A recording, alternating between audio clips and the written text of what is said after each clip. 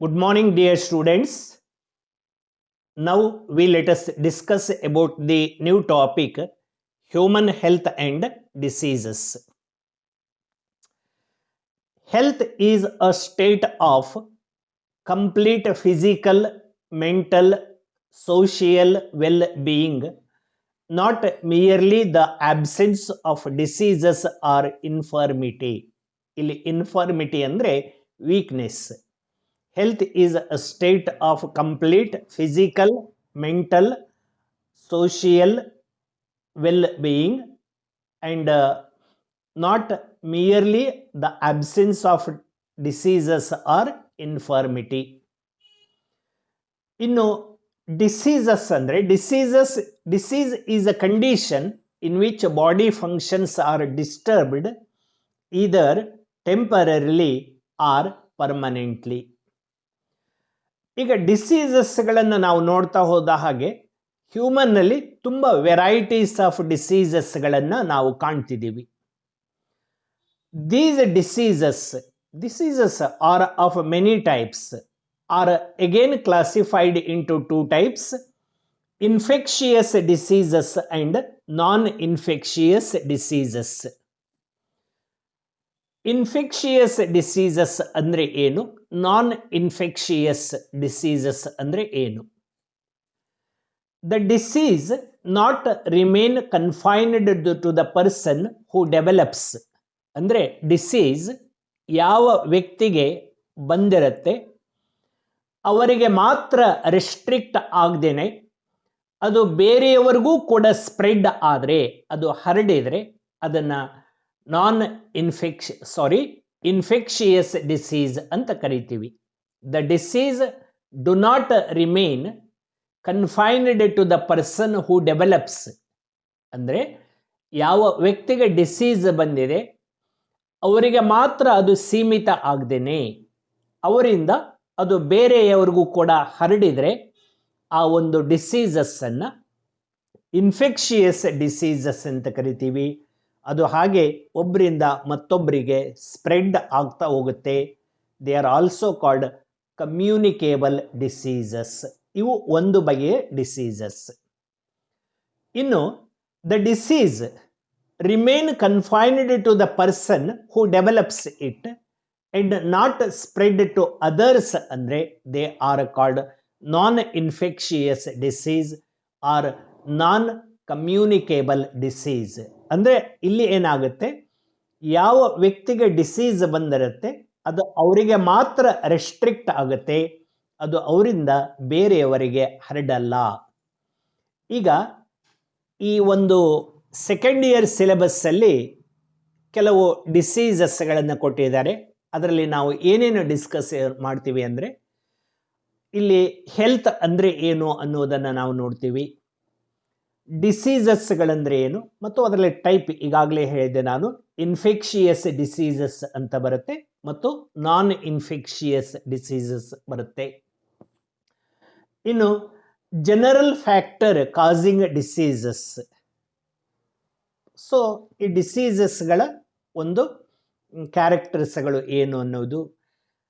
And about body immunity ಅಂದರೆ ನಮಗೆ diseases ಬಂದರೂ ಕೂಡ ಪ್ರತಿಯೊಬ್ಬ ವ್ಯಕ್ತಿಯಲ್ಲಿ ಒಂದು ಸೆಲ್ಫ್ ಇಮ್ಯುನಿಟಿ ಅಂತ ಇರುತ್ತೆ. ಆ ಡಿಸೀಸ್ ಅಗೇನ್ಸ್ಟ್ ಫೈಟ್ ಮಾಡಿ ಆ ಡಿಸೀಸನ್ನು ನಿರ್ಮೂಲನೆ ಮಾಡಿ ನಮ್ಮ ಬಾಡಿಯನ್ನು ಪ್ರೊಟೆಕ್ಟ್ ಮಾಡಲಿಕ್ಕೆ ನಮ್ಮ ಬಾಡಿ ಒಳಗೆ ಒಂದು ಸಿಸ್ಟಮ್ ಇದೆ, ಅದನ್ನು ಇಮ್ಯೂನ್ ಸಿಸ್ಟಮ್ ಅಂತ ಕರಿತೀವಿ. ಹ್ಯೂಮನ್ನಲ್ಲಿ ಇಮ್ಯೂನ್ ಸಿಸ್ಟಮ್ ಹೇಗೆ ವರ್ಕ್ ಮಾಡುತ್ತೆ ಅನ್ನೋದ್ರ ಬಗ್ಗೆ ನಾವು ಡಿಸ್ಕಸ್ ಮಾಡ್ತೀವಿ. ಮತ್ತು ಈ ಡ್ರಗ್ಸ್ ಮತ್ತು ಆಲ್ಕೋಹಾಲ್ಗಳ ಪ್ರಭಾವ ನಮ್ಮ ಬಾಡಿ ಮೇಲೆ ಹೇಗೆ ಆಗುತ್ತೆ ಅನ್ನೋದ್ರ ಬಗ್ಗೆ ಕೂಡ ನಾವು ನೋಡ್ತಿದ್ದೀವಿ. ಈಗ ಹ್ಯೂಮನ್ನಲ್ಲಿ ಬರೋದು ತುಂಬ ಡಿಸೀಸಸ್ಗಳಿದೆ. ಆ ಡಿಸೀಸಸ್ಗಳಲ್ಲಿ ಸೆಲೆಕ್ಟೆಡ್ 10 ಡಿಸೀಸಸ್ಗಳನ್ನು ಈ ಒಂದು ನಮ್ಮ ಸಿಲೆಬಸ್ಸಲ್ಲಿ ಇಂಟ್ರಡ್ಯೂಸ್ ಮಾಡಿದ್ದಾರೆ. ಆ 10 ಡಿಸೀಸಸ್ಗಳಲ್ಲಿ 9 ಡಿಸೀಸಸ್ಗಳೇನಿದಾವಲ್ಲ ಅವು ಕಮ್ಯುನಿಕೇಬಲ್ ಡಿಸೀಸಸ್ ಇದೆ. ಇಲ್ಲಿ ನೋಡಿ, ಕಮ್ಯುನಿಕೇಬಲ್ ಡಿಸೀಸಸ್ ಯಾವುದು 9. ಅಂದರೆ ಈ ಡಿಸೀಸಸ್ಗಳು ಸುಲಭವಾಗಿ ಒಬ್ಬರಿಂದ ಮತ್ತೊಬ್ಬರಿಗೆ ಸ್ಪ್ರೆಡ್ ಆಗ್ತಾ ಹೋಗುತ್ತೆ. ಇನ್ನು ಆ 9 ಅಂದರೆ ತುಂಬ ಇದೆ, ಸಿಲೆಬಸ್ಸಲ್ಲಿ ನಮಗೆ ಕೊಟ್ಟಿದ್ದಾರೆ, 9 ಕೊಟ್ಟಿದ್ದಾರೆ. ಟೈಫಾಯ್ಡ್, ಇದು ಒಬ್ಬರಿಂದ ಮತ್ತೊಬ್ಬರಿಗೆ ಸುಲಭವಾಗಿ ಹರಡ್ತಕ್ಕಂಥ ಡಿಸೀಸ್, ಇದು ಕಮ್ಯುನಿಕೇಬಲ್ ಡಿಸೀಸ್. ನಿಮೋನಿಯಾ, ಇದು ಟೈಫಾಯ್ಡ್, ಇದು ಬ್ಯಾಕ್ಟೀರಿಯಾದಿಂದ ಬರುತ್ತೆ. ಹಾಗೆ ನಿಮೋನಿಯಾ ಕೂಡ ಬ್ಯಾಕ್ಟೀರಿಯಾದಿಂದ ಬರುತ್ತೆ. ಇನ್ನು ಕಾಮನ್ ಕೋಲ್ಡ್, ಇದು ವೈರಸ್ಸಿಂದ ಬರ್ತಕ್ಕಂತಹ ಒಂದು ಡಿಸೀಸ್ ಇದು. ಇನ್ನು ಏಡ್ಸ್, ಇದು HIV ವೈರಸ್ಸಿಂದ ಬರ್ತಕ್ಕಂಥ ಡಿಸೀಸ್. ನೋಡಿ, ಈ ಫಸ್ಟ್ 2 ಬ್ಯಾಕ್ಟೀರಿಯಾದಿಂದ ಬರ್ತಕ್ಕಂಥ ಡಿಸೀಸಸ್ಗಳು. ಇಲ್ಲಿ ಇವೆರಡು ಕಾಮನ್ ಕೋಲ್ಡ್ ಮತ್ತು ಏಡ್ಸ್, ಇವು ವೈರಸ್ಗಳಿಂದ ಬರ್ತಕ್ಕಂಥ ಡಿಸೀಸ್. ನೆಕ್ಸ್ಟ್ ಮಲೇರಿಯಾ, ಇದು ಒಂದು ಪ್ರೋಟೋಜೋವನ್ನಿಂದ ಬರುತ್ತೆ ಈ ಡಿಸೀಸ್. ಪ್ಲಾಸ್ಮೋಡಿಯಂ ವೈವ್ಯಾಕ್ಸ್ ಅಂತಕ್ಕಂಥ ಒಂದು ಪ್ರೋಟೋಜೋವನ್ ಇಂದ ಬರುತ್ತೆ. ಅಮೀಬಿಯೇಸಿಸ್ ಅಂತಕ್ಕಂಥದ್ದು ಮತ್ತೊಂದು, ಇದು ಕೂಡ ಒಂದು ಪ್ರೋಟೋಜೋವಲ್ ಡಿಸೀಸ್. ಇವೆರಡು ಪ್ರೋಟೋಜೋವಲ್ಸ್ಗಳಿಂದ ಬರ್ತಕ್ಕಂಥದ್ದು. ಇನ್ನು ಅಸ್ಕ್ಯಾರಿಯೋಸಿಸ್ ಅಂತಕ್ಕಂಥದ್ದು, ಇದು ಒಂದು ರೀತಿಯ ವರ್ಮಿಂದ ಬರುತ್ತೆ. ನೆಕ್ಸ್ಟು ಎಲೆಫೆಂಟೈಸಿಸ್ ಅಂತ ಇದೆ, ಇದನ್ನು ನಾವು ಫಿಲೇರಿಯಾಸಿಸ್ ಅಂತ ಕೂಡ ಕರಿತೀವಿ. ಇದು ಕೂಡ ಒಂದು ಟೈಪ್ ವರ್ಮಿಂದ ಬರ್ತಕ್ಕಂಥ ಡಿಸೀಸ್. ಇನ್ನು ಕೊನೆಯದಾಗಿ ರಿಂಗ್ ವರ್ಮ್ ಇನ್ಫೆಕ್ಷನ್ ಅಂತ ಇದೆ. ಈ ರಿಂಗ್ ವರ್ಮ್ ಇನ್ಫೆಕ್ಷನ್ ಏನಿದೆಯಲ್ಲ, ಇದು ಒಂದು ಫಂಗಸ್, ಒಂದು ಟೈಪ್ ಫಂಗಸ್ಸಿಂದ ಬರುತ್ತೆ. ಹೀಗೆ ಇಲ್ಲಿ 9 ಡಿಸೀಸಸ್ಗಳನ್ನು ಕೊಟ್ಟಿದ್ದಾರೆ. ಈ ಎಲ್ಲ ಡಿಸೀಸಸ್ಗಳು ಒಬ್ಬರಿಂದ ಮತ್ತೊಬ್ಬರಿಗೆ ಸ್ಪ್ರೆಡ್ ಆಗುತ್ತೆ. ಯಾವುದ್ರ ಮುಖಾಂತರ? ಅದು ಥ್ರೂ ಏರ್ ಸ್ಪ್ರೆಡ್ ಆಗಬಹುದು, ಥ್ರೂ ವಾಟರ್ ಸ್ಪ್ರೆಡ್ ಆಗಬಹುದು, ಮತ್ತು ಥ್ರೂ ಎನಿಮಲ್ಸ್, ಇನ್ಸೆಕ್ಟ್ಸ್ಗಳ ಮುಖಾಂತರ ಒಬ್ಬರಿಂದ ಮತ್ತೊಬ್ಬರಿಗೆ ಸ್ಪ್ರೆಡ್ ಆಗ್ತಕ್ಕಂಥವು ಇದೆ. ಇವೆಲ್ಲ ಕಮ್ಯುನಿಕೇಬಲ್ ಡಿಸೀಸಸ್ಗಳು. ಇನ್ನು ಹಾಗಾದರೆ ನಾನ್ ಕಮ್ಯುನಿಕೇಬಲ್, ನಾನ್ ಇನ್ಫೆಕ್ಷಿಯಸ್ ಡಿಸೀಸ್ ಅಂದರೆ ಯಾವುದು? ಒಂದೇ ಒಂದು ಇದೆ ನಾನ್ ಇನ್ಫೆಕ್ಷಿಯಸ್ ಡಿಸೀಸ್. ಅದು ಯಾವುದು ಅಂದರೆ, ಇಲ್ಲಿ ನಮ್ಮ ಸಿಲೆಬಸ್ಸಲ್ಲಿ ಕೊಟ್ಟಿರ್ತಕ್ಕಂಥದ್ದು, ಅದು ಯಾವ ವ್ಯಕ್ತಿಗೆ ಬರುತ್ತೇನೋ ಅವರಲ್ಲಿ ಮಾತ್ರ ಇರುತ್ತೆ, ಅವರಿಂದ ಮತ್ತೊಬ್ಬರಿಗೆ ಅದು ಸ್ಪ್ರೆಡ್ ಆಗಲ್ಲ, ಹರಡಲ್ಲ. ಅದು ಯಾವುದು ಅಂದರೆ ಕ್ಯಾನ್ಸರ್. ಕ್ಯಾನ್ಸರ್ ಏನಿದೆಯಲ್ಲ, ಅದು ನಾನ್ ಇನ್ಫೆಕ್ಷಿಯಸ್ ಡಿಸೀಸ್. ಯಾವ ವ್ಯಕ್ತಿಗೆ ಬರುತ್ತೇನೋ ಅವರಿಗೆ ಮಾತ್ರ ಅದು ಸೀಮಿತವಾಗಿರುತ್ತೆ, ಅವರಿಂದ ಇನ್ನೊಬ್ಬರಿಗೆ ಅದು ಸ್ಪ್ರೆಡ್ ಆಗಲ್ಲ, ಅದು ಹರಡಲ್ಲ. ಇದಿಷ್ಟು ಡಿಸೀಸಸ್ಗಳ ಬಗ್ಗೆ. ಈಗ ಪ್ರತಿಯೊಂದು ಒಂದೊಂದಾಗಿ ಇಲ್ಲಿ ಪ್ರತಿಯೊಂದು ಡಿಸೀಸಸ್ಗಳ ಬಗ್ಗೆ ಮತ್ತು ಅವುಗಳ ಒಂದು ಯಾವ ರೀತಿಯಾಗಿ ಅದು ಬರುತ್ತೆ, ಹೇಗೆ ಬರುತ್ತೆ ಅನ್ನೋದನ್ನು ನಾವಿಲ್ಲಿ ನೋಡೋಣ. ಮೊದಲನೇದಾಗಿ ಟೈಫಾಯ್ಡ್ ಡಿಸೀಸ್ ಬಗ್ಗೆ ನೋಡಿ. ಟೈಫಾಯ್ಡ್ ಈಸ್ ಅ ಡಿಸೀಸ್, ಹ್ಯೂಮನ್ನಲ್ಲಿ ಅತಿ ಹೆಚ್ಚು ಕಂಡು ಬರ್ತಕ್ಕಂತಹ ಒಂದು ಡಿಸೀಸ್. ಸೊ ಇದು ಯಾವುದರಿಂದ ಬರುತ್ತೆ ಅಂದರೆ, ಇವು ಪ್ಯಾಥೋಜೆನ್ಸ್ಗಳಿಂದ ಬರುತ್ತೆ. ಪ್ಯಾಥೋಜನ್ ಅಂದರೆ ಏನು? ಮೀನ್ಸ್ ರೋಗಾಣು, the biological agent. The biological agent or the organism, if that cause a disease, is called pathogen. ಏನಂತ ಕರಿತೀವಿ? ನಮಗೆ ರೋಗವನ್ನು ಉಂಟು ಮಾಡ್ತಕ್ಕಂಥ ಏಜೆಂಟನ್ನು ಏನಂತ ಕರಿತೀವಿ? ನಾವು ಪ್ಯಾಥೋಜನ್ ಅಂತ ಕರಿತೀವಿ. ನಮ್ಮ ಸುತ್ತ 5 ಡಿಫರೆಂಟ್ ಟೈಪ್ಸ್ ಪ್ಯಾಥೋಜನ್ಸ್ಗಳನ್ನು ನಾವು ಕಾಣ್ತೀವಿ. ಯಾವುದು ಅದು ಅಂದರೆ, ಮೊದಲನೇದಾಗಿ ವೈರಸ್ಗಳು. ವೈರಸ್ಗಳಲ್ಲಿ ಸಾಕಷ್ಟು ವೈರಸ್ಗಳು ನಮಗೆ ಡಿಸೀಸನ್ನು ತರುತ್ತೆ. ತುಂಬ ಡಿಸೀಸಸ್ಗಳು ನಮಗೆ ವೈರಸ್ಸಿಂದ ಬರುತ್ತೆ. ಎಕ್ಸಾಂಪಲ್ ನಾನು ಹೇಳಿದೆ, ಕಾಮನ್ ಕೋಲ್ಡ್, ಇದು ವೈರಸ್ಸಿಂದ ಬರುತ್ತೆ. ಏಡ್ಸ್ HIV ವೈರಸ್ಸಿಂದ ಬರುತ್ತೆ. ಮತ್ತು ಕೊರೋನಾ ಕೂಡ ಇದು ವೈರಸ್ಸಿಂದ ಬರುತ್ತೆ. ಇನ್ನು ಬ್ಯಾಕ್ಟೀರಿಯಾ ಮತ್ತೊಂದು ಪ್ಯಾಥೋಜನ್ ಯಾವುದು ಅಂದರೆ, ನಮ್ಮ ಸುತ್ತಮುತ್ತ ಏರಲ್ಲಿ, ವಾಟರಲ್ಲಿ, ಸಾಯಿಲಲ್ಲಿ ಸಾಕಷ್ಟು ಬ್ಯಾಕ್ಟೀರಿಯಾಗಳಿದೆ, ಬ್ಯಾಕ್ಟೀರಿಯಾದಿಂದ ಬರುತ್ತೆ. ಇದು ಕೂಡ ಒಂದು ಪ್ಯಾಥೋಜನ್. ಇದು ಎಕ್ಸಾಂಪಲ್ ಟೈಫಾಯ್ಡ್ ಬರುತ್ತೆ, ನ್ಯೂಮೋನಿಯಾ ಬರುತ್ತೆ, ಇವೆಲ್ಲ ಬ್ಯಾಕ್ಟೀರಿಯಾದಿಂದ ಬರ್ತಕ್ಕಂಥದ್ದು. ಇನ್ನು ಫಂಗಸ್ ಏನಿದಾವಲ್ಲ, ಫಂಗಸ್ಸಿಂದನೂ ಕೂಡ ಬರುತ್ತೆ. ರಿಂಗ್ ವರ್ಮ್ ಡಿಸೀಸ್ ಏನಿದೆಯಲ್ಲ ಅದು ಫಂಗಸ್ಸಿಂದ ಬರುತ್ತೆ, ರಿಂಗ್ ವರ್ಮ್ ಡಿಸೀಸ್, ಅದೊಂದು ಕೂಡ ಹೌದು. ಆನಂತರ ಮತ್ತೆ ಈ ಕೆಲವೊಂದು ಪ್ರೋಟೋಜೋವನ್ಸ್ಗಳು, ಪ್ರೋಟೋಜೋವನ್ಸ್, ಅಮೀಬಾ, ಯೂಗ್ಲಿನ, ಪ್ಯಾರಮೀಸಿಯಂ ಅಂತಹ ಪ್ರೋಟೋಜೋವನ್ಸ್ಗಳಿದೆ. ಆ ಪ್ರೋಟೋಜೋವನ್ಸ್ಗಳಿಂದ ಕೂಡ ನಮಗೆ ಡಿಸೀಸಸ್ಗಳು ಬರುತ್ತೆ. ಇದು ಅಲ್ಲದೆ ಕೆಲವು ವೆರೈಟೀಸ್ ವರ್ಮ್ಸ್ಗಳೇನಿದಾವಲ್ಲ, ಆ ವರ್ಮ್ಸ್ಗಳಿಂದ ಕೂಡ ನಮಗೆ ಡಿಸೀಸಸ್ಗಳು ಬರುತ್ತೆ. ಸೊ ಹೀಗೆ ನೇಚರಲ್ಲಿ ನಮ್ಮ ಸುತ್ತಮುತ್ತ ಈ ಸಾಯಿಲಲ್ಲಿ, ವಾಟರಲ್ಲಿ, ಏರಲ್ಲಿ 5 ಡಿಫ್ರೆಂಟ್ ಟೈಪ್ಸ್ ಪ್ಯಾಥೋಜನ್ಸ್ಗಳನ್ನು ನಾವು ಕಾಣ್ತೀವಿ. ಮೊದಲನೇದಾಗಿ ವೈರಸ್ಗಳಿದೆ, ಎರಡನೇದು ಬ್ಯಾಕ್ಟೀರಿಯಾಗಳಿದೆ, ಮೂರನೇದು ಫಂಗಸ್ಗಳಿದೆ, 4 ಪ್ರೋಟೋಜೋವನ್ಸ್ಗಳಿದೆ ಮತ್ತು ಕೂಡ ವರ್ಮ್ಸ್ಗಳಿದೆ. ಇವೆಲ್ಲವುಗಳಿಂದ ನಮಗೆ ಡಿಸೀಸ್ ಬರುತ್ತೆ. ಈಗ ನಾವು ಒಂದೊಂದಾಗಿ ಡಿಸೀಸಸ್ಗಳನ್ನು ನೋಡೋಣ. ಇಲ್ಲಿ ಮೊದಲನೇದಾಗಿ ಇಲ್ಲಿ ಯಾವ ಡಿಸೀಸ್ ಇದೆ? ಟೈಫಾಯ್ಡ್ ಡಿಸೀಸನ್ನು ನಾವು ಕಾಣ್ತಾ ಇದ್ದೀವಿ, ಟೈಫಾಯ್ಡ್. ಹಾಗಾದರೆ ಈ ಟೈಫಾಯ್ಡ್ ಸಾಮಾನ್ಯವಾಗಿ ಪ್ರತಿಯೊಬ್ಬರು ಕೂಡ ಕೇಳಿರ್ತೀರ ಟೈಫಾಯ್ಡ್ ಡಿಸೀಸ್ ಬಗ್ಗೆ. ಟೈಫಾಯ್ಡ್ ಈ ಒಂದು ಯಾವುದರಿಂದ ಬರುತ್ತೆ ಅಂದರೆ, ಇಟ್ಸ್ ಅ ಕಾಸಿಟಿವ್ ಆರ್ಗ್ಯಾನಿಸಮ್, ಅಂದರೆ ಪ್ಯಾಥೋಜನ್. ಈ ಟೈಫಾಯ್ಡನ್ನು ಉಂಟು ಮಾಡ್ತಕ್ಕಂಥ ಒಂದು ಪ್ಯಾಥೋಜನ್ ಆರ್ಗ್ಯಾನಿಸಮ್ ಹೆಸರೇನು ಅಂದರೆ ಸಾಲ್ಮೋನೆಲ್ಲಾ ಟೈಫಿ. ಏನಿದು? ಸಾಲ್ಮೋನೆಲ್ಲಾ ಟೈಫಿ. ಇದು ಬೈನಾಮಿಯಲ್ ನಾಮಿನಿಕ್ಲೇಚರ್. ಸಾಲ್ಮೋನೆಲ್ಲಾ ಇದು ಒಂದು ಜೀನಸ್ ನೇಮ್, ಇದು ಟೈಫಿ ಇದು ಸ್ಪೀಸಿಸ್ ನೇಮು. ಹಾಗಾದರೆ ಟೈಫಾಯ್ಡ್ ಕಾಸಿಟಿವ್ ಪ್ಯಾಥೋಜನ್ ಯಾವುದು ಅಂದರೆ ಸಾಲ್ಮೋನೆಲ್ಲಾ ಟೈಫಿ. ಈಗ ಹಾಗಾದರೆ ಯಾವ ವ್ಯಕ್ತಿಯ ದೇಹದ ಒಳಗೆ ಸಾಲ್ಮೋನೆಲ್ಲಾ ಟೈಫಿ ಎಂಟರ್ ಆಗುತ್ತೇನೋ ಅವರಿಗೆ ಟೈಫಾಯ್ಡ್ ಡಿಸೀಸ್ ಬರುತ್ತೆ. ಓಕೆ, ಇದು ಒಬ್ಬರಿಂದ ಮತ್ತೊಬ್ಬರಿಗೆ ಹೇಗೆ ಟ್ರಾನ್ಸ್ಮಿಷನ್ ಆಗುತ್ತೆ, what is the mode of transmission ಅಂತ ನಾವು ನೋಡಿದರೆ, ಎರಡನೇ ಪಾಯಿಂಟ್ ಇದು, through contaminated food and water. ನೋಡಿ, ಕಂಟ್ಯಾಮಿನೇಟೆಡ್ ಅಂದರೆ ಬ್ಯಾಕ್ಟೀರಿಯಾ ಸೇರಿಕೊಂಡಿರ್ತಕ್ಕಂತಹ ಫುಡ್ಡನ್ನು ತಿನ್ನೋದ್ರಿಂದ, ಆ ಬ್ಯಾಕ್ಟೀರಿಯಾ ಸೇರಿಕೊಂಡಿರ್ತಕ್ಕಂಥ ವಾಟರನ್ನು ನಾವು ಕುಡಿಯೋದ್ರಿಂದ ಇದೇನಾಗುತ್ತೆ, ನಮ್ಮ ದೇಹದೊಳಗೆ ಸೇರಿಕೊಳ್ಳುತ್ತೆ. ಹಾಗಾದರೆ ಒಬ್ಬರಿಂದ ಮತ್ತೊಬ್ಬರಿಗೆ ಇದು ಕಂಟ್ಯಾಮಿನೇಟೆಡ್ ವಾಟರ್ ಮತ್ತು ಕಂಟ್ಯಾಮಿನೇಟೆಡ್ ಫುಡ್ ಮುಖಾಂತರ ಸ್ಪ್ರೆಡ್ ಆಗುತ್ತೆ. ಅದಕ್ಕೋಸ್ಕರ ಡಾಕ್ಟರ್ಸ್ಗಳು ಹೇಳ್ತಾರೆ ಯಾವಾಗಲೂ ನಾವು ಕಾಯಿಸಿ ಆರಿಸಿದ ನೀರನ್ನು ಕುಡಿಬೇಕು. ಯಾಕಂದರೆ ಡ್ರಿಂಕಿಂಗ್ ವಾಟರನ್ನು, ಸೋ ಮೆನಿ ಡಿಸೀಸಸ್ ಇವತ್ತು ಥ್ರೂ ಡ್ರಿಂಕಿಂಗ್ ವಾಟರ್ ಬರುತ್ತೆ.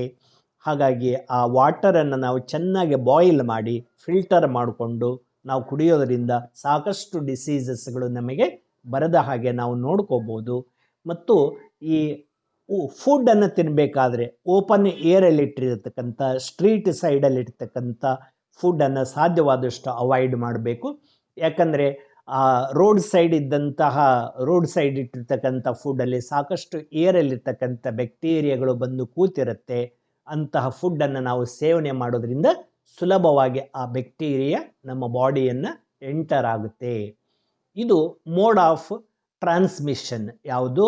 ಈ ಒಂದು ಸಾಲ್ಮೋನೆಲ್ಲಾ ಟೈಫಿ. ಇನ್ನು ಈ ಒಂದು ಬ್ಯಾಕ್ಟೀರಿಯಾ ನಮ್ಮ ದೇಹವನ್ನು ಎಂಟರ್ ಆದಾಗ ಇದು ನಮ್ಮಲ್ಲಿ ಏನು ಬದಲಾವಣೆಗಳು, ಏನು ಆ ರೋಗದ ಲಕ್ಷಣಗಳು ಕಾಣುತ್ತೆ ಅಂತಕ್ಕಂಥದ್ದು. ಯಾವುದಾದ್ರೂ ಒಂದು ಡಿಸೀಸ್ ಅಂದರೆ ಅದಕ್ಕೆ ಒಂದು ಪರ್ಟಿಕ್ಯುಲರ್ ಈ ಒಂದು ಕ್ಯಾರೆಕ್ಟರ್ಸ್ಗಳಂತ ಇರುತ್ತೆ. ನೀವೆಲ್ಲ ಈಗ ಕೊರೋನಾ ಬಗ್ಗೆ ಕೇಳಿದ್ದೀರಾ. ಕೋಲ್ಡ್ ಆಗುತ್ತೆ, ಮತ್ತು ಸ್ನೀಸಿಂಗ್ ಬರುತ್ತೆ, ಮ್ಯೂಕಸ್ ಸೀಕ್ರಿಯೇಷನ್ ಆಗುತ್ತೆ, ಟೆಂಪ್ರೇಚರ್ 99 ಡಿಗ್ರಿ ಫ್ಯಾರನ್ಹೀಟ್ಗಿಂತ ಜಾಸ್ತಿ ಆಗುತ್ತೆ ಅಂತ ನಾವೆಲ್ಲ ಇಲ್ಲಿ ಹೇಳ್ತಾರೆ. ಅದೇ ಥರ ರೋಗದ ಚಿಹ್ನೆಗಳು ಅಥವಾ ಲಕ್ಷಣಗಳು ಇಲ್ಲಿ ಏನು ಅಂದರೆ ಹೈ ಫೀವರ್, ಸಸ್ಟೈನ್ಡ್ ಫೀವರ್ ಅಂದರೆ 40 ಡಿಗ್ರಿ ಸೆಲ್ಸಿಯಸ್ಟು ಟೆಂಪ್ರೇಚರ್ ಏನಾಗುತ್ತೆ, ಜಾಸ್ತಿ ಜ್ವರ ಬರುತ್ತೆ, ತುಂಬ ಜ್ವರ ಇರುತ್ತೆ. ಟೈಫಾಯ್ಡ್ ಆದಾಗ ಆ ವ್ಯಕ್ತಿಯಲ್ಲಿ ನಾವು ಹೆಚ್ಚು ಜ್ವರ ಬಂದಿರತಕ್ಕಂಥದ್ದನ್ನು ಕಾಣ್ತೀವಿ. Loss of appetite. ಅಂದರೆ ಹಸಿವಾಗೋದು. ಲಾಸ್ ಆಫ್ ಅಪಟೈಟ್ ಅಂದರೆ ಹಸಿವು ಆಗದೇ ಇರೋದು. ಫುಡ್ ಅಂದರೆ ಆಹಾರ ಸೇರಲ್ಲ ಅವರಿಗೆ, ಏನು ಕೊಟ್ಟರು ಬೇಡ, ತಿನ್ನಂಗೆ ಆಗಲ್ಲ ಅಂತ ಹೇಳ್ತಾರೆ. Loss of appetite, stomach pain, ಈ ಹೊಟ್ಟೆ ಕೆಳಭಾಗದಲ್ಲಿ ತುಂಬ ನೋವಿರುತ್ತೆ, ಪೇನ್ ಇರುತ್ತೆ. ಪರ್ಫೋರೇಷನ್ ಆಫ್ ಇಂಟೆಸ್ಟೈನಲ್ ವಾಲ್ ಮೇಲೆ ಚಿಕ್ಕ ಚಿಕ್ಕ ಸಣ್ಣ ಪೋರ್ಸ್ಗಳಾಗಿರುತ್ತೆ. ಸೊ ಇದು ಕೂಡ ರೋಗದ ಒಂದು ಲಕ್ಷಣಗಳು ಅಲ್ಲಿರ್ತಕ್ಕಂಥದ್ದು. ಹಾಗಾದರೆ ಈಗ ಒಬ್ಬ ವ್ಯಕ್ತಿ ಡಾಕ್ಟರ್ ಬಳಿ ಹೋದಾಗ ಏನೋ ಈಗ ನನಗೆ ತುಂಬ ಆಯಾಸ ಆಗುತ್ತೆ, ಊಟ ಸೇರ್ತಾ ಇಲ್ಲ, ತುಂಬ ಜ್ವರ ಬರುತ್ತೆ ಅಂತ ಹೇಳಿದಾಗ ಡಾಕ್ಟರ್ ಸಸ್ಪೆಕ್ಟ್ ಮಾಡ್ತಾರೆ ಇವರಿಗೆ ಟೈಫಾಯ್ಡ್ ಇರಬಹುದು ಅಂತ. ಅದನ್ನು ಕನ್ಫರ್ಮ್ ಮಾಡಲಿಕ್ಕೆ ಪರ್ಟಿಕ್ಯುಲರ್ ಒಂದು ಡಯಾಗ್ನೋಸ್ಟಿಕ್ ಟೆಸ್ಟ್ ಇದೆ. ಡಯಾಗ್ನೋಸಿಸ್ ಅಂದರೆ ರೋಗವನ್ನು ಪತ್ತೆ ಮಾಡ್ತಕ್ಕಂಥ ಒಂದು ಪರ್ಟಿಕ್ಯುಲರ್ ಟೆಸ್ಟ್ ಇದೆ. ಆ ಟೆಸ್ಟಲ್ಲಿ ಅವರಿಗೆ ಗೊತ್ತಾಗುತ್ತೆ ಇದು ಏನಾಗಿದೆ ಅಂತ ಹೇಳಿ. That test name is Widal test. ಏನು ಹೇಳಿ, ಆ ಟೆಸ್ಟನ್ನು ವೈಡಲ್ ಟೆಸ್ಟ್ ಅಂತ ಕರೀತಾರೆ. ಇದು ಪರ್ಟಿಕ್ಯುಲರ್ ಆಗಿ ಟೈಫಾಯ್ಡ್ಗೆ ಮಾಡ್ತಕ್ಕಂಥದ್ದು. 1 ಮಾರ್ಕಿಗೆ ಕೂಡ ಕೇಳ್ಬೋದು. Which is the diagnostic test for typhoid ಅಂದರೆ ಅದು ವೈಡಲ್ ಟೆಸ್ಟ್ ಅಂತ ಹೇಳಬೇಕು. This is about the disease typhoid. ಹಾಗಾದರೆ ಟೈಫಾಯ್ಡ್ ಒಂದು ಬ್ಯಾಕ್ಟೀರಿಯಲ್ ಡಿಸೀಸ್. ನೋಡಿ ಇಲ್ಲಿ ಈ ಒಂದು ಬ್ಯಾಕ್ಟೀರಿಯಾವನ್ನು ಒಬ್ಬರಿಂದ ಮತ್ತೊಬ್ಬರಿಗೆ ಹರಡಲಿಕ್ಕೆ ಈಗ ಒಂದು ಇನ್ಸೆಕ್ಟ್ ಕೂಡ ಇದೆ. ಇದು ಯಾವ ಇನ್ಸೆಕ್ಟ್ ಅಂದರೆ ಇದು ಹೌಸ್ ಫ್ಲೈ. ಇದು ನೊಣ, ಮನೆಯಲ್ಲಿರ್ತಕ್ಕಂಥ ಹೌಸ್ ಫ್ಲೈ ಏನು ಮಾಡುತ್ತೆ, ಆಹಾರದ ಮೇಲೆ ಕೂತು ಮತ್ತೊಂದು ಕಡೆಗೆ ಹಾರಿದಾಗ ಅದರ ಕಾಲಿಗೆ ಈ ಕಡೆ ಪಕ್ಕದಲ್ಲಿ ನೀವು ಪರ್ಪಲ್ ಕಲರಲ್ಲಿ ನೋಡ್ತಿದ್ದೀರಲ್ಲ, ಇವು ಬ್ಯಾಕ್ಟೀರಿಯಾಗಳು. ಯಾವ ಬ್ಯಾಕ್ಟೀರಿಯಾ? ಸಾಲ್ಮೊನೆಲ್ಲಾ ಟೈಫಿ ಬ್ಯಾಕ್ಟೀರಿಯಾಗಳು ಈ ನೊಣದ ಕಾಲಿಗೆ ಅಂಟ್ಕೊಂಡು ಇದು ಒಂದು ಕಡೆಯಿಂದ ಮತ್ತೊಂದು ಕಡೆಗೆ ಕೂಡ ಟ್ರಾನ್ಸ್ಮಿಷನ್ ಆಗುತ್ತೆ. ಇನ್ನು ಮತ್ತೊಂದು ಡಿಸೀಸ್ ಬಗ್ಗೆ ನಾವು ನೋಡೋಣ. ಯಾವುದದು? ನಿಮೋನಿಯಾ. ಹಾಗಾದರೆ ಈ ನಿಮೋನಿಯಾ ಇದು ಒಂದು ರೆಸ್ಪಿರೇಟರಿ ಸಿಸ್ಟಮ್ಗೆ ಬರ್ತಕ್ಕಂಥದ್ದು. ಟೈಫಾಯ್ಡ್ ಇದು ಮೇನ್ ಅಲಿಮೆಂಟರಿ ಕೆನಲ್ಗೆ ಬರ್ತಕ್ಕಂಥ ಒಂದು ಡಿಸೀಸು. ನಿಮೋನಿಯಾ ಇದು ರೆಸ್ಪಿರೇಟರಿ ಸಿಸ್ಟಮ್ಗೆ ಬರ್ತಕ್ಕಂಥ ಡಿಸೀಸ್. ಇದು ಕೂಡ ಒಂದು ಬ್ಯಾಕ್ಟೀರಿಯಾದಿಂದ ಬರುತ್ತೆ. ಇಲ್ಲಿ ನಾನು ಪ್ಯಾಥೋಜನ್ ಅಂದರೆ ಏನು ಅಂತ ಹೇಳಿದೆ. 5 ಟೈಪ್ಸ್ ಪ್ಯಾಥೋಜನ್ಸ್ ಇದೆ. ವೈರಸ್ಗಳು, ಬ್ಯಾಕ್ಟೀರಿಯಾಗಳು, ಫಂಗಸ್ಗಳು, ಪ್ರೋಟೋಜೋನ್ಸ್ ಮತ್ತು ವರ್ಮ್ಸ್. ಇವುಗಳಿಂದ ತುಂಬ ಡಿಸೀಸಸ್ಗಳು ಹ್ಯೂಮನ್ಗೆ ಬರುತ್ತೆ. ಆದರೆ ಇಲ್ಲಿ ಏನು ಮಾಡಿದ್ದಾರೆ, ಸಿಲೆಬಸ್ಸಲ್ಲಿ ಕೊಡಬೇಕಾದ್ರೆ ನಮಗೆ ಎಲ್ಲ ಪ್ಯಾಥೋಜನ್ಸ್ಗಳು ಬರುವ ಹಾಗೆ ಬ್ಯಾಕ್ಟೀರಿಯಾದಿಂದ ಬರುವ 2 ಡಿಸೀಸಸ್ ಕೊಟ್ಟಿದ್ದಾರೆ. ಯಾವುದದು? ಈಗಾಗಲೇ ನೋಡಿದಂಥ ಟೈಫಾಯ್ಡ್ ಮತ್ತು ಈ ನಿಮೋನಿಯಾ. ಹಾಗೆ 2 ವೈರಲ್ ಡಿಸೀಸಸ್ಗಳನ್ನು ಕೊಟ್ಟಿದ್ದಾರೆ. ಯಾವುದು? ಕಾಮನ್ ಕೋಲ್ಡ್ ಮತ್ತು ಈ ಒಂದು ಏಡ್ಸ್. 2 ಪ್ರೋಟೋಜೋವಲ್ ಡಿಸೀಸ್ ಕೊಟ್ಟಿದ್ದಾರೆ. ಒಂದು ಅಮೀಬಿಯಸಿಸ್, ಇನ್ನೊಂದು ಮಲೇರಿಯಾ. ಮತ್ತು 2 ವರ್ಮಿಂದ ಬರ್ತಕ್ಕಂಥ ಡಿಸೀಸ್, ಅಸ್ಕ್ಯಾರಿಯೋಸಿಸ್ ಮತ್ತು ಈ ಒಂದು ಎಲಿಫೆಂಟೈಸಿಸ್, ವರ್ಮ್ಸ್ಗಳಿಂದ ಬರುತ್ತೆ. 1 ಫಂಗಲ್ ಡಿಸೀಸನ್ನು ಕೊಟ್ಟಿದ್ದಾರೆ. ಹಾಗಾದರೆ ಈಗ ಡಿಸೀಸ್ ಹೆಸರೇನು? Pneumonia. Usually it causes the respiratory system our lungs. Lung infection ಆಗುತ್ತೆ ಮತ್ತು ರೆಸ್ಪಿರೇಟರಿ ಸಿಸ್ಟಮ್ಗೆ ಇದು ಡಿಸೀಸ್ ಬರುತ್ತೆ. Pneumonia it is a respiratory disease. ಇದು ಯಾವ ಒಂದು ಆರ್ಗ್ಯಾನಿಸಮ್ ಇಂದ ಬರುತ್ತೆ ಅಂದರೆ ಕಾಸಿಟಿವ್ ಏಜೆಂಟ್ ಅಂದರೆ ಪ್ಯಾಥೋಜನ್ ಯಾವುದು ಅಂದರೆ ಸ್ಟ್ರೆಪ್ಟೋಕೋಕಸ್ ನಿಮೋನಿಯಾ ಬ್ಯಾಕ್ಟೀರಿಯಾ. ಈ ಸ್ಟ್ರೆಪ್ಟೋಕೋಕಸ್ ಅಂತಕ್ಕಂಥದ್ದು ಒಂದು ಬ್ಯಾಕ್ಟೀರಿಯಾ. ಇದರಲ್ಲಿ 2 ಸ್ಟ್ರೇನ್ಸ್ ಇದೆ. ಒಂದು ರಫ್ ಸ್ಟ್ರೇನ್ ಅಂತ ಬರುತ್ತೆ, ಇನ್ನೊಂದು ಸ್ಮೂತ್ ಸ್ಟ್ರೇನ್ ಅಂತ ಬರುತ್ತೆ. ಈಗಾಗಲೇ ನೀವೊಂದು ಮೊಲಿಕ್ಯುಲರ್ ಬೇಸಿಸ್ ಆಫ್ ಇನ್ಹೆರಿಟೆನ್ಸಲ್ಲಿ ನೀವು ಅದರ ಬಗ್ಗೆ ತಿಳ್ಕೊಂಡಿದ್ದೀರಾ. DNA ಈಸ್ ಜೆನೆಟಿಕ್ ಮೆಟೀರಿಯಲ್ ಅಂತ ಪ್ರೂವ್ ಮಾಡಬೇಕಾದಾಗ ಅಲ್ಲಿ ನಾವು ಈ R ಸ್ಟ್ರೇನ್ ಬ್ಯಾಕ್ಟೀರಿಯಾಗಳನ್ನು, S ಸ್ಟ್ರೇನ್ ಬ್ಯಾಕ್ಟೀರಿಯಾಗಳನ್ನು ಯೂಸ್ ಮಾಡಿದ್ದೀವಿ. R ಸ್ಟ್ರೇನ್ ಸ್ಟ್ರೆಪ್ಟೋಕೋಕಸ್ಸಿಂದ ನಿಮೋನಿಯಾ ಬರಲ್ಲ. S ಸ್ಟ್ರೇನ್ ಸ್ಟ್ರೆಪ್ಟೋಕೋಕಸ್ ನಿಮೋನಿಯಾದಿಂದ ಈ ಒಂದು ನಿಮೋನಿಯಾ ಡಿಸೀಸ್ ಬರುತ್ತೆ. ಇದು ಸ್ಟ್ರೆಪ್ಟೋಕೋಕಸ್ ನಿಮೋನಿಯಾ S ಸ್ಟ್ರೇನ್ ಒಂದು. ಇನ್ನೊಂದು ಹಿಮೋಫಿಲಸ್ ಇನ್ಫ್ಲೂಯೆಂಜಾ ಅಂತಕ್ಕಂಥ ಒಂದು ಬ್ಯಾಕ್ಟೀರಿಯಾ ಕೂಡ ಇದೆ. ಇದರಿಂದನೂ ಕೂಡ ಡಿಸೀಸ್ ಬರುತ್ತೆ. ಹಾಗಾದರೆ ಸ್ಟ್ರೆಪ್ಟೋಕೋಕಸ್ ನಿಮೋನಿಯಾ, ಹಿಮೋಫಿಲಸ್ ಇನ್ಫ್ಲೂಯೆಂಜಾ ಈ ಒಂದು ಎರಡು ಟೈಪ್ ಒಂದು ಬ್ಯಾಕ್ಟೀರಿಯಾಗಳಿಂದ ಈ ಒಂದು ಡಿಸೀಸ್ ಬರುತ್ತೆ. ಇನ್ನು ಸಿಂಪ್ಟಮ್ಸ್ಗಳಿಗೆ ಬಂದುಬಿಟ್ರೆ ಫೀವರ್.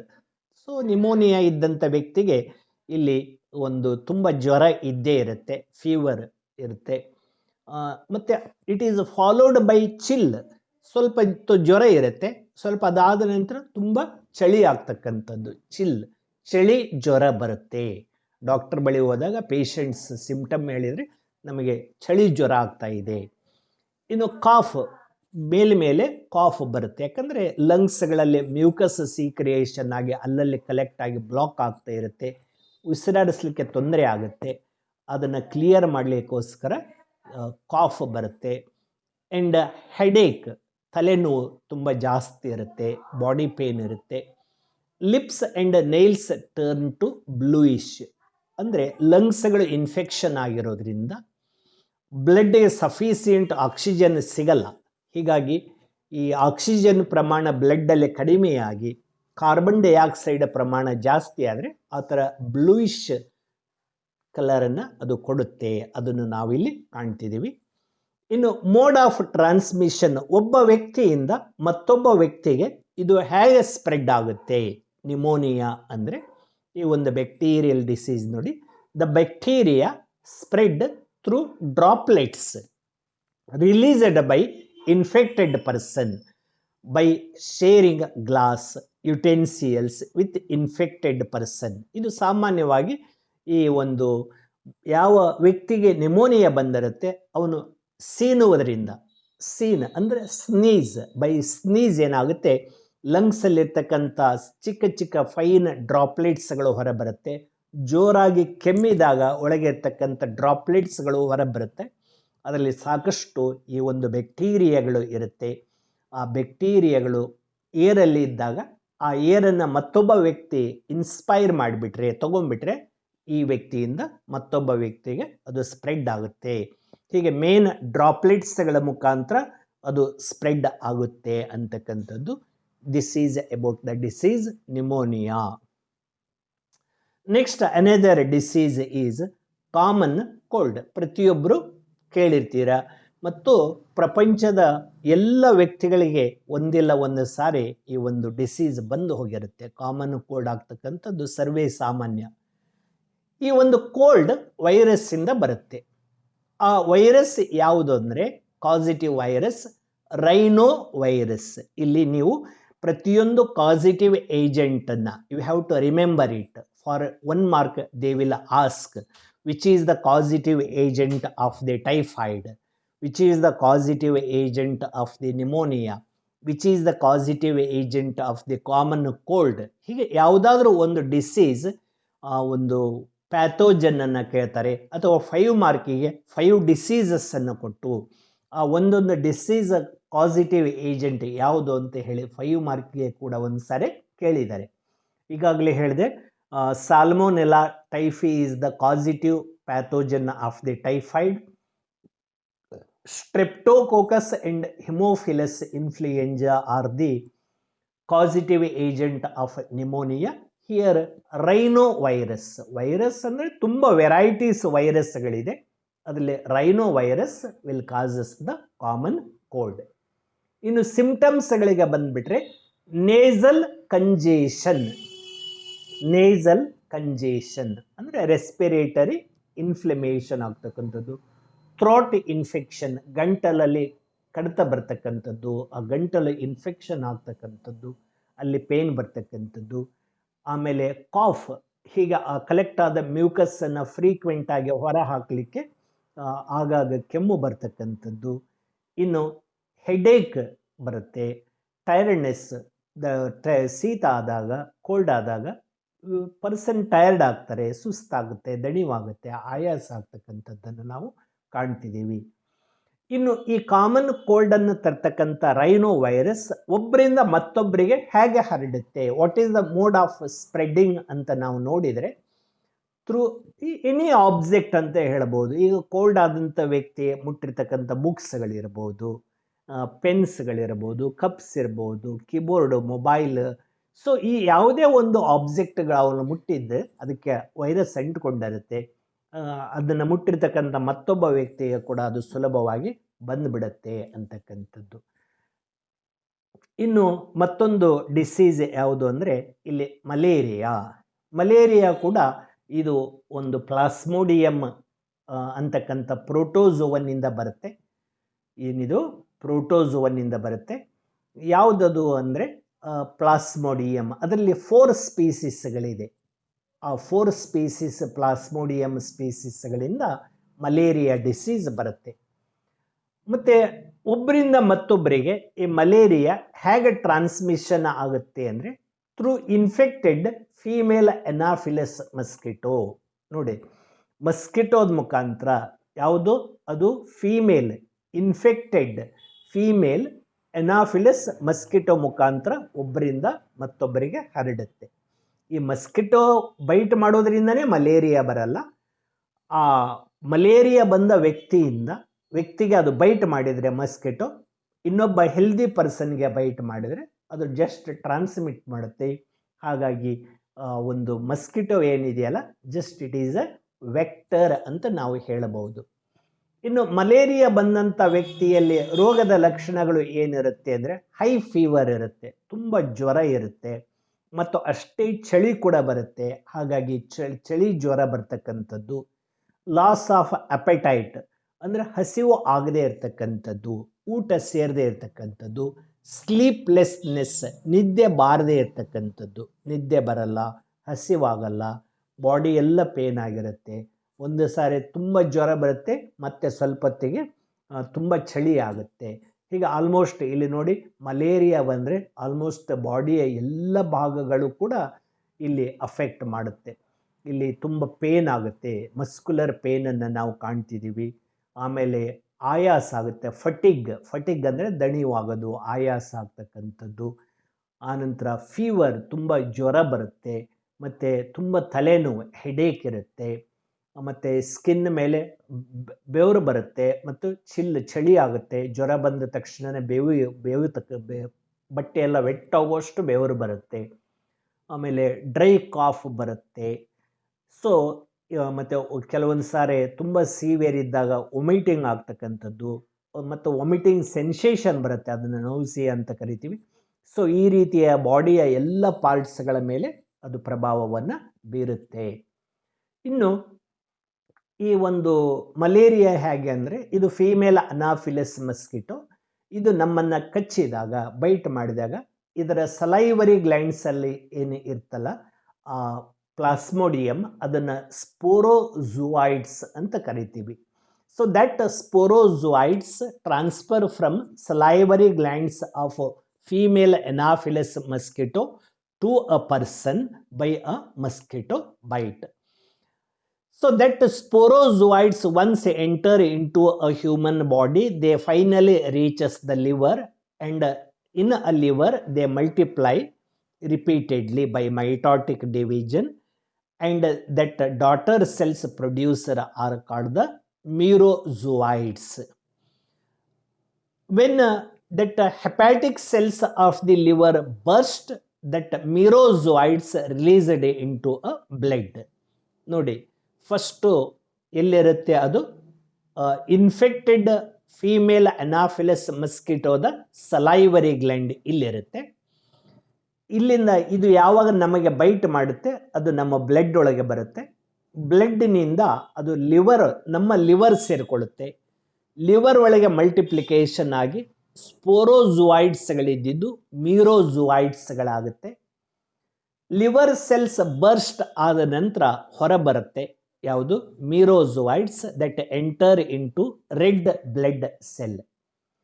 ಆ ರೆಡ್ ಬ್ಲಡ್ ಸೆಲ್ಸ್ಗಳಲ್ಲಿ ಮಲ್ಟಿಪ್ಲಿಕೇಶನ್ ಆಗಿ ಅದರ ಡಾಟರ್ ಸೆಲ್ಸ್ಗಳಿಂದ ಈ ಒಂದು ಮೈಕ್ರೋ ಗೆಮೆಟೋಸೈಟ್ಸ್ಗಳು ಮತ್ತು ಮ್ಯಾಕ್ರೋ ಗೆಮೆಟೋ ಅಂದರೆ ಮೇಲ್ ಫೀಮೇಲ್ ಗೇಮಿಟ್ಸ್ಗಳಾಗುತ್ತೆ.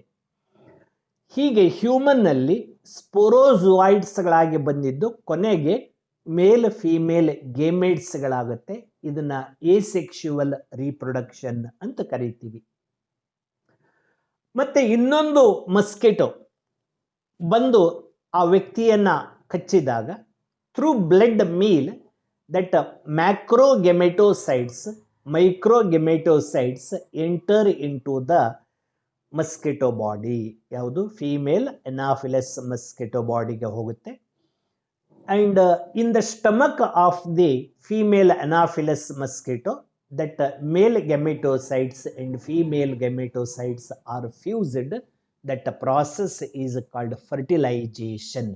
ನೋಡಿ, ಹಾಗಾದರೆ ಪ್ಲಾಸ್ಮೋಡಿಯಂ ಫರ್ಟಿಲೈಜೇಷನ್ ಎಲ್ಲಾಗುತ್ತೆ ಅಂದರೆ ಅದು ಮಸ್ಕಿಟೋದ ಸ್ಟಮಕಲ್ಲಿ ಆಗುತ್ತೆ. Next, that zygote will be formed, that enter into a salivary gland and store it as a sporozoites. ಈಗ ಮತ್ತೆ ಈ ಮಸ್ಕಿಟೋ ಕೂಡ ಏನಾಯಿತು? ಇನ್ಫೆಕ್ಟೆಡ್ ಆಯಿತು. ಇದರಲ್ಲಿ ಕೂಡ ಇದರ ಸಲೈವರಿ ಗ್ಲ್ಯಾಂಡ್ಸ್ಗಳಲ್ಲೂ ಕೂಡ ಏನು ಫಾರ್ಮೇಷನ್ ಆಯಿತು? ಸ್ಪೋರೋಜೋಯಿಡ್ಸ್ಗಳಾಯಿತು. ಇಲ್ಲಿ ಮೇಲ್ ಫೀಮೇಲ್ ಎರಡು ಗೆಮೆಟೋಸೈಡ್ಸ್ಗಳು ಮಸ್ಕಿಟೋದ ಸ್ಟಮಕಲ್ಲಿ ಒಂದಕ್ಕೊಂದು ಫ್ಯೂಷನ್ ಆಗೋದ್ರಿಂದ ಇದನ್ನು ಸೆಕ್ಶುವಲ್ ರೀಪ್ರೊಡಕ್ಷನ್ ಅಂತ ಕರಿತೀವಿ. ಕೇವಲ ಗೇಮೇಟ್ಸ್ ಫಾರ್ಮೇಷನ್ ಆಗೋದ್ರಿಂದ ಎಸೆಕ್ಶುವಲ್ ರೀಪ್ರೊಡಕ್ಷನ್ ಅಂತ ಕರಿತೀವಿ. ಹೀಗೆ ರೀಪ್ರೊಡಕ್ಷನ್ ಮಾಡಬೇಕು ಅಂದರೆ ಪ್ಲಾಸ್ಮೋಡಿಯಂಗೆ ಎರಡು ಹೋಸ್ಟ್ ಬೇಕಾಗುತ್ತೆ. Primary host human, secondary host mosquito. ಹೀಗೆ if the any organism require two host to for reproduction, that is called digenetic. ಏನಂತ ಕರಿತೀವಿ? ಅದನ್ನು ಡೈಜೆನೆಟಿಕ್ ಪ್ಯಾರಾಸೈಟ್ ಅಂತ ಕರಿತೀವಿ. ಇಲ್ಲಿ ಪ್ಲಾಸ್ಮೋಡಿಯಂ ಅಂತಕ್ಕಂಥದ್ದು ಕೂಡ ಒಂದು ಡೈಜೆನೆಟಿಕ್ ಪ್ಯಾರಾಸೈಟ್ ಅಂತ ನಾವು ಹೇಳ್ಬೋದು. ಸೊ ಇಲ್ಲಿಗೆ ನಾನು ಒಂದು 4 ಡಿಸೀಸಸ್ಗಳನ್ನು ಇವತ್ತು ಎಕ್ಸ್ಪ್ಲೇನ್ ಮಾಡಿದ್ದೀನಿ. ಒಂದು ಟೈಫಾಯ್ಡ್ ಬಗ್ಗೆ ಹೇಳಿದೆ, ಆನಂತರ ನಿಮೋನಿಯಾ ಡಿಸೀಸಸ್ ಬಗ್ಗೆ ಹೇಳಿದೆ, ಆನಂತರ ಕಾಮನ್ ಕೋಲ್ಡ್ ಬಗ್ಗೆ, ಆನಂತರ ಮಲೇರಿಯಾ ಡಿಸೀಸ್ ಬಗ್ಗೆ ನಾನು ಹೇಳಿದ್ದೀನಿ. ಇನ್ನೂ ಕೆಲವು ಡಿಸೀಸಸ್ಗಳಿದೆ. ಆ ಡಿಸೀಸಸ್ಗಳ ಬಗ್ಗೆ ನೆಕ್ಸ್ಟ್ ವಿಡಿಯೋ ಕ್ಲಿಪ್ಪಲ್ಲಿ ನಾನು ಎಕ್ಸ್ಪ್ಲೇನ್ ಮಾಡ್ತೀನಿ. To this point I will stop now. Thank you.